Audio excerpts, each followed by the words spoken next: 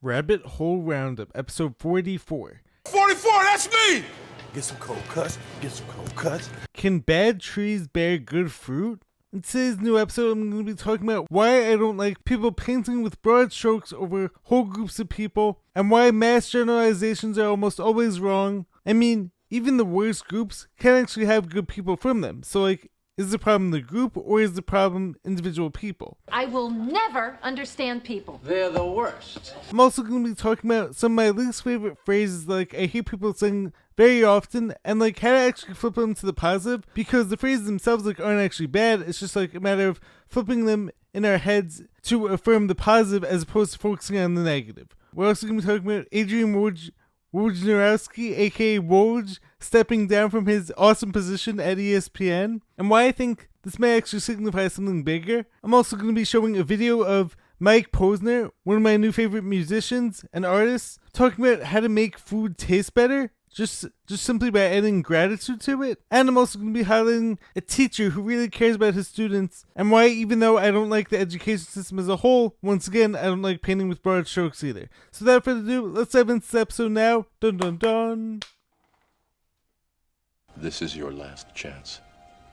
After this, there is no turning back. And I show you how deep the rabbit hole goes. What's happening, guys? Welcome back to the channel. I'm Jared Weiss. If you guys didn't know that, must mean you're not subscribed to the channel, so you know what to do. Hit that subscribe button, make sure to leave a like, drop a comment, let me know your thoughts on this video.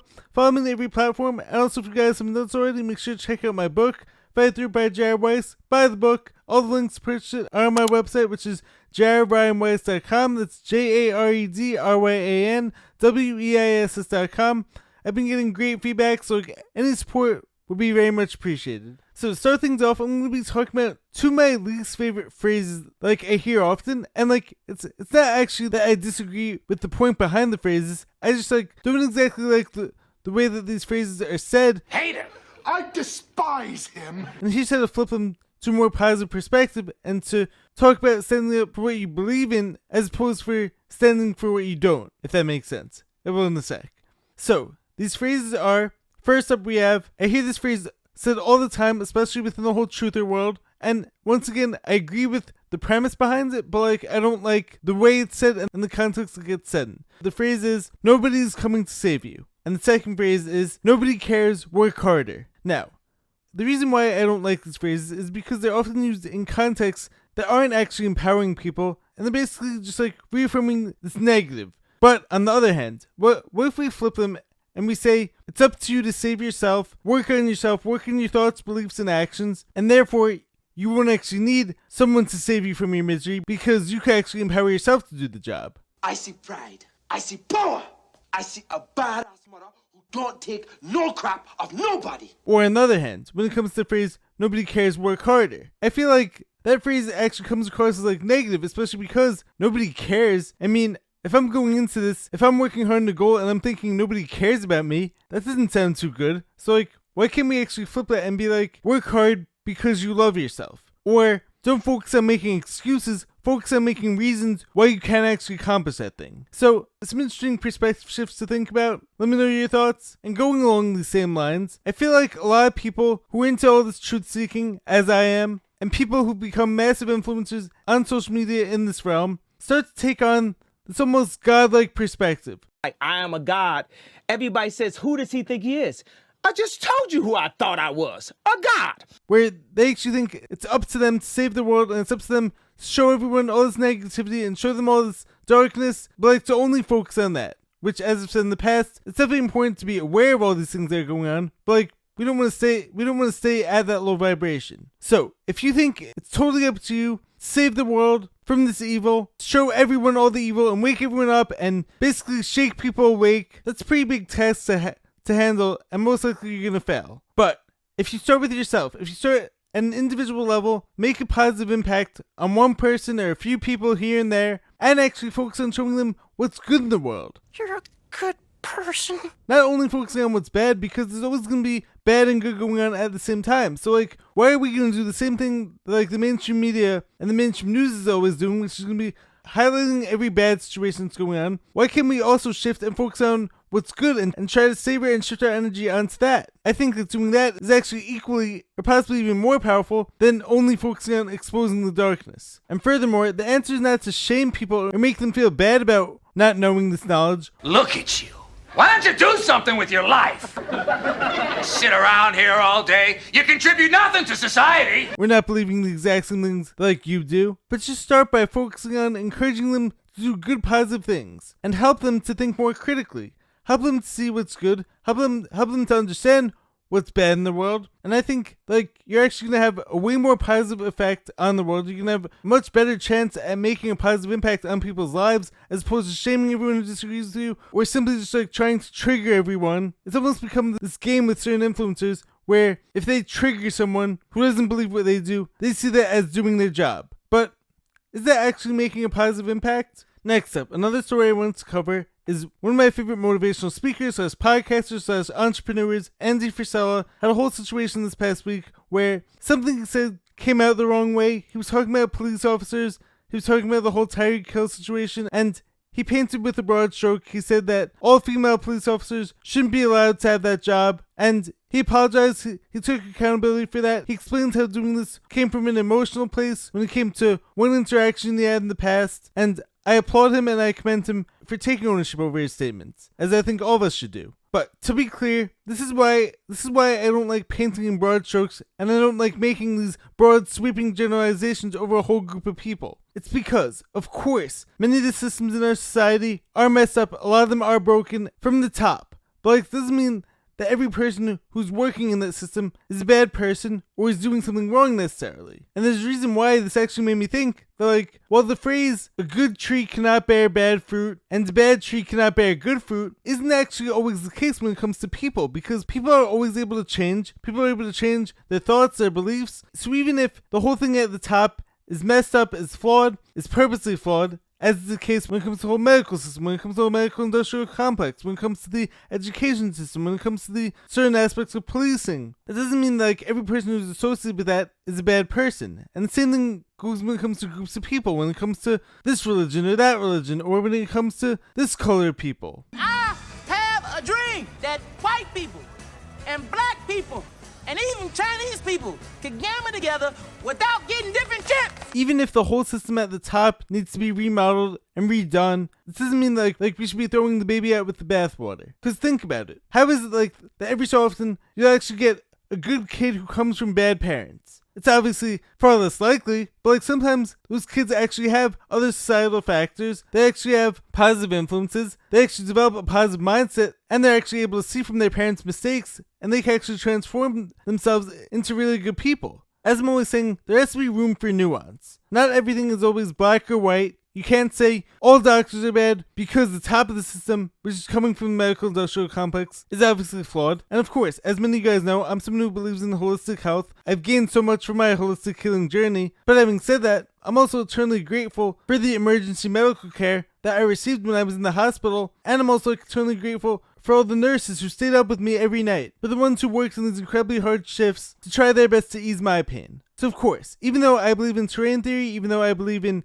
holistic health, I do believe there is definitely a place in society for emergency medical care. You're right, nurse. Extract the patient to the hallway. Stat! So to throw every doctor under that bus, or to throw every medical doctor under that same boat, isn't right. Same thing when it comes to the education system. Of course, do I believe that so much of the education system is based on a set of lies and is based on trying to indoctrinate people to only accept truth from authority and to enter into the society where they're always working for someone else, they're not focused on their own dreams? Of course. That's obviously what so much of this channel is based on. Trying to seek the truth and trying to help you guys find the truth. But does that mean that every teacher's bad? No. Never have to come anywhere near this school again. Of course I've had plenty of bad teachers in my life, but I've also had a select few who really cared about their students, who really cared about inspiring students to critically think for themselves, and even the ones who weren't teaching information I agree with. Some of them, you could tell at the very least, did care about making a positive impact on our lives. So once again, to paint with a broad stroke and say all teachers are bad because the education system is flawed is not right either. And in addition to this, I also don't like whenever people say, everyone from this group believes this. I mean, have you interviewed every person from that group? or are you actually allowing the actions of one person to speak for the actions of the whole? So it's very important to step away from these broad, sweeping generalizations of a whole group of people. So because of a few bad apples, you're going to impugn an entire continent? Yes, I'm impugning a continent. Whether that's religion, creed, color, profession, etc., etc. Now, of course, do we want to call it the people at the top? The people who are promoting the bad stuff? Yes, 1,000%. But that doesn't mean to condemn every person just because of their association with that group. Because also, every person uses everything differently. So like, well, you might be thinking like, oh, this person believes this because this person is part of this group, so therefore, they're a horrible person, and we need to get rid of the whole group. That person may actually be using that group for a positive purpose like you know nothing about. That teacher who you spoke about as being a horrible teacher because they're associated with the education system, which is heavily flawed, that person may actually be trying to help kids who don't have a very positive home life, and they're actually helping to provide them with a safe place to express their thoughts openly. Or, in the case of the medical system, that doctor who went to 9 years of medical school and who learns all these flawed practices may actually be doing this as a way of caring for people who otherwise had no hope left. So, as I'm always saying, although the people at the top are flawed, the government, although there is like a whole spiritual war going on, although it can be very easy to call out a whole group of people, it's more important to call out the bad seeds, the bad individuals, to of course remodel and reform the whole system at the top. But like, we also want to highlight the people who are doing good work within those systems. Because we don't want to be throwing out the baby with the bathwater. We don't want to be getting rid of the good ones either. So, stemming from this point, I wanted to highlight a really great video I saw on TikTok the other day from a teacher who really cared about his students. So this is why when a kid falls asleep in my class, I just let him sleep. So a handful of years ago, I had a student, and we'll just call him Billy. And Billy had some behavior struggles and came from a rough background. And this one particular morning, he walked through the door and I could just sense something wasn't right. You could see it in his body language, and you could see it in his eyes. But the morning pretty much started without a problem. And as we got into our morning math lesson, 15 minutes into it, and I'm talking 15 minutes into it, I looked over at Billy, and he was fast asleep. And I mean, out like a light. And I could have easily gone over there and woke him up, but I didn't. I let him sleep. I let him sleep through the entire lesson. The lesson itself, the activity, and the assignment. And eventually, the math lesson came to a close, and it was time for my kids to go to music class. Fortunately, the music room is just down the hallway, so I let my students line up and walk themselves down, and I left Billy right where he was, fast asleep. Billy woke up. He woke up obviously confused because the room was empty, but he rubbed the sleep from his eyes, looked around for a second, looked over at me and my desk, and said, "I'm sorry." I said, "Don't worry about it, bud. Is there anything else that you need from me to make sure that your day goes okay? A snack, a drink, anything like that?" And he said no, and he got up and walked himself down to music class. So I walked down to have a conversation with our social worker, who also worked closely with Billy throughout the week, just to fill him in on what was going on in class. And of course, he filled me in on a little bit more background on Billy. At 10 and 11 years old, Billy had a ton of siblings he was responsible for. He was in charge of making sure they were taken care of at home when he got home from school, and he was in charge of making sure they were all up and out the door in the morning to get on the bus. So at 10 and 11 years old, Billy didn't have the responsibilities of a child. He had the responsibilities of an adult. So it made perfect sense as to why he came into my class completely exhausted. And to be completely truthful, in 8 years of teaching, Billy and only a small number of other kids have actually fallen asleep on me in class. But in every single case, with every single student that fell asleep, there was a background story that needed to be heard. There was a perfectly good reason as to why they were exhausted. So teachers, just like me, take a lesson from Billy. Don't assume the students are just being lazy. This is why I feel it's so important to not only be focusing on the bad stories that are out there, and to not only be focusing on the flaws of our world, but like to also be highlighting all the great people. I mean, as I just said, of course I believe like the whole education system is flawed from a top perspective, and of course, are there nefarious intentions behind that? Yes. But like, this is why it would be wrong to assume that like every teacher is bad and isn't actually helping people, because someone like this needs to be highlighted, and we should be doing our best to focus on teachers like this. The ones who genuinely are trying to provide a safe environment for their students and who are actually making a great impact on their lives. So like, I applaud this guy. I think his name was Mr. Schutz. Great job. Keep it up. Next up, the next story I want to get into is we have Adrian Wojnarowski, aka Woj. I got a little trade for you here, Scott. Hold on.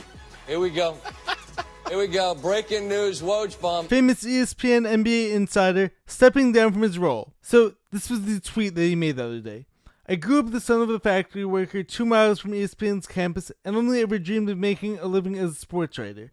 37 years ago, the Harvard Current gave me my first byline, and I never stopped chasing the thrill of it all. This craft transformed my life, but I've decided to retire from ESPN and the news industry. I understand the commitment required in my role, and it's an investment that I'm no longer driven to make. Time isn't an endless supply, and I want to spend mine in ways that are more personally meaningful. I leave with overwhelming gratitude for countless mentors and colleagues, subjects and stories, readers and viewers. No one has benefited more than me from the belief, trust, and generosity of others. The past 7 years at ESPN have been a particular privilege. I'm appreciative of the company's leadership, especially Jimmy Pitaro and Christina Douglas, for the understanding and acceptance of my decision to make a life change. After all these years reporting on everyone else's teams, I'm headed back to my own. So, on the one hand, is it possible that he just wants to spend more time with his family? Of course. But also, he also just took a job as GM of a college team, St. Bonaventure. Now, I don't want to get too far into this because I don't want to speculate too much, but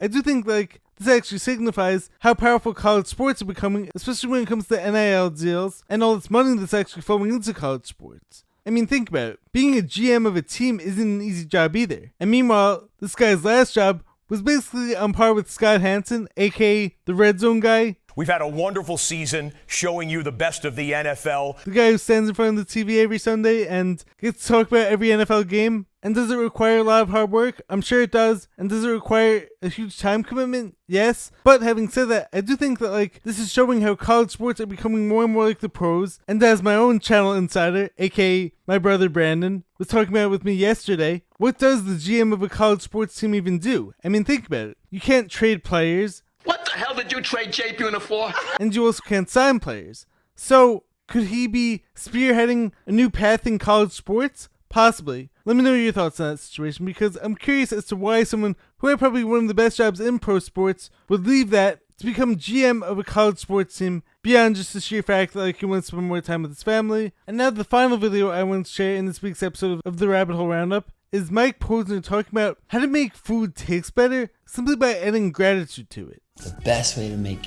your food taste better is to be more present with it. 3 breaths of gratitude. The first breath is for where you are and who you're with. So right now I'm in my beautiful home and with my man Jason, who's behind the camera. So I'll take a breath of gratitude for where I am and who I'm with.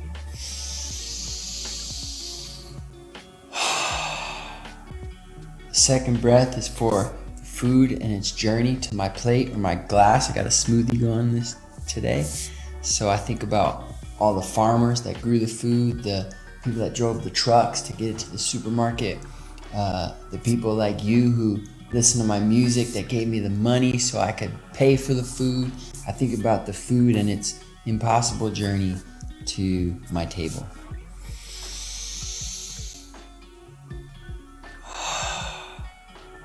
And the last breath is for how I want to feel after I eat the food. This is gratitude in advance. So after I eat this, I want to feel energized and happy. So I'll take a breath and I'll imagine myself energized and happy.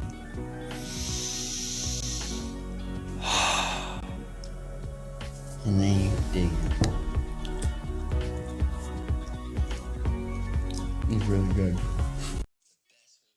So, how many people these days are always in such a rush whenever they're eating? How many people will just shovel in food, shovel it down, without even being able to taste it? But wait! Patrick's already on the move, and patties are starting to disappear! Look at that!